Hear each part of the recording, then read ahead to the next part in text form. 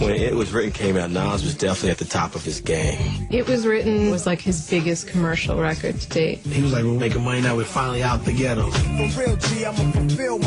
It Was Written came out in July of 1996, and like 2 months later, it was probably the darkest period in hip-hop history. Around 11:15 in the evening, some 12 shots were fired, 4 of them striking Tupac Shakur. At 1:15 a.m., Christopher Wallace, also known as Notorious B.I.G., was pronounced dead of gunshot wounds. By the time Biggie and Pac got killed, Nas was still only in his mid-20s. You're still trying to figure your stuff out, man. You know, and you see your colleagues blown away. It makes you think. You know, like, damn, I could be next.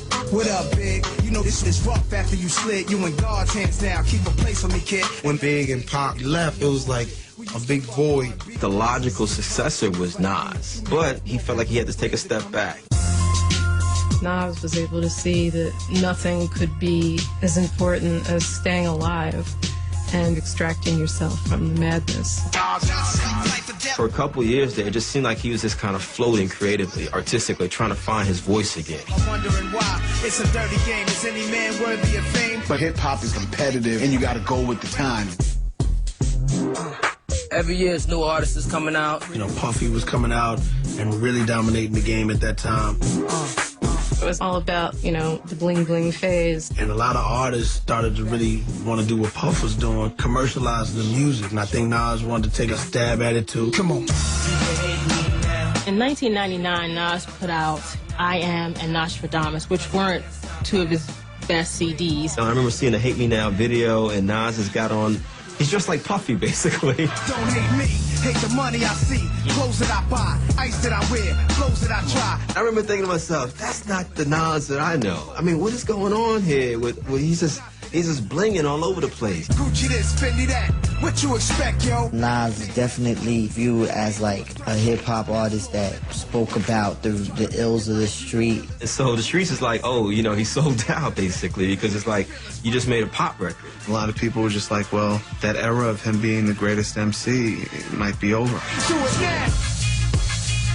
Nostradamus was kind of panned by critics. So Jay-Z came along and just went right by him. So I stretched the game out, extra name out, with Jigger on top. He comes stepping right in place, and people start looking more at Jay-Z. There was a point in the late 90s when every other song was Jay-Z. It was crazy. H to the Izzo, V to the Izzy. Jay, for the longest time, was under Nas's shadow, and I think it got to him. And so what better way to try to raise your own street credibility than you got this battle going. It really started from that point that they were just throwing little jabs at each other. And then before you know it, Jay-Z just keeps punching. Brooklyn's favorite son, Jay-Z, took a swipe at the pride of Queens, Nas, with a performance of a song called The Takeover during a New York Summer Jam concert. I remember Jay's lyrics. It kind of went like, Nizzle, I can decide, that's one hot album every 10-year average, and that's so lame. And the Jay-Z disc came from left field, you know? Jay had that much power at that time to put Nas into a crunch. I was like, damn, Nas is like damn near over. So poof, bad move, son of a... He wasn't even gonna diss Jay-Z back. He was like, I'm bigger than that. Like, I got other real stuff to think about than have a petty battle with you. Nas and Carmen's relationship was not doing well, as a lot of relationships that start when you're very young. As Nas' career got bigger, of course, you know, a lot of girls like Nas out of nowhere. There was a lot of cheating and getting caught at hotels. She couldn't handle it, he couldn't handle it. On top of all of that, there was some rumors about Jay-Z that definitely affected Nas, real personal relationship stuff. Carmen started dating Jay-Z, and I think that was probably a rough period for him. Nas's relationship was over. Then right after that, things really took a turn for the worse. I remember his mother telling Nas and Jabari that she had breast cancer. He knew she was sick, but he did not know the extent of her sickness. And hid her diagnosis from a lot of people. She's not the kind of person who will drop that on anybody. I just remembered her during that whole period of time, constantly encouraging him to work hard and, you know, not to worry about her. You know, you're in a career and you're in a business where you got to just stay focused. He was really focusing on the music real hard, like on coming back real strong. He knew that he had to do that for her. Nas was at a turning point in his career. You know, he was on the ropes thinking about, I'm about to lose a mother, while Jay-Z's attacking him, potentially could end his whole career. I saw Nas, and he said, yo, I'm going to get him, I'm going to get him. And I was like, I don't know if you're going to pull this one off, G. You really need to get back on point with the way you was back in the early days. He voiced through the pen, you know? He just went back and voiced through the pen.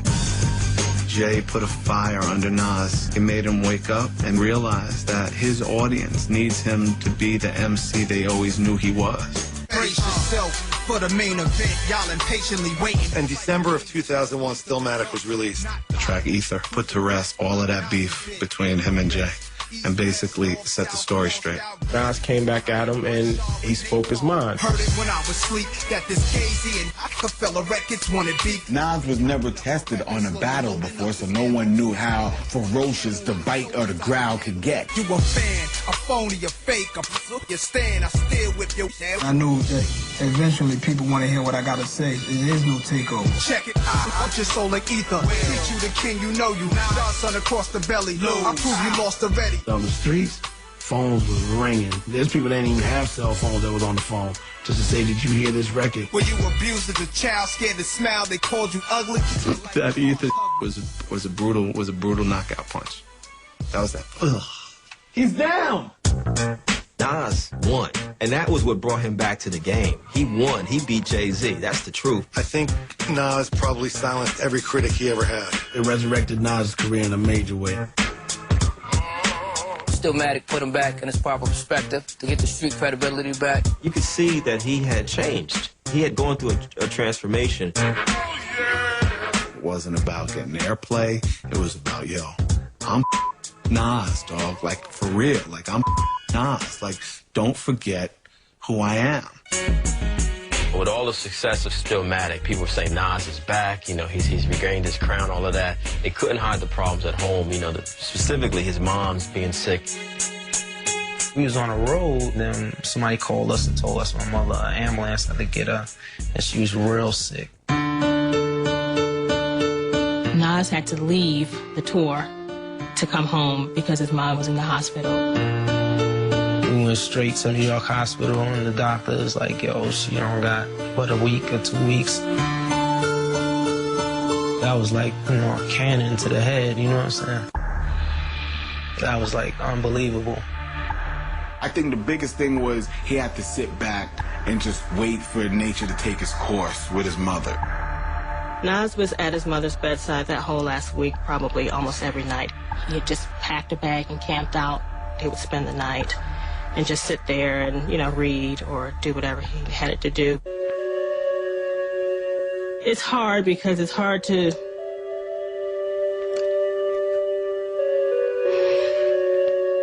The pain, watching my mother in that much pain was... That was the craziest I ever been through in my whole entire life. Like, you know. Nas's mother, Ann, passed April 7, 2002. Nas was there when she passed away. He had called out to her, and she opened her eyes again, and then she took her last breath. She died in his arms. The pain he felt was unexplainable. She died, passed away, believing in him and his brother. So Nas was like, I want to make everything that she ever dreamed of in me all come through.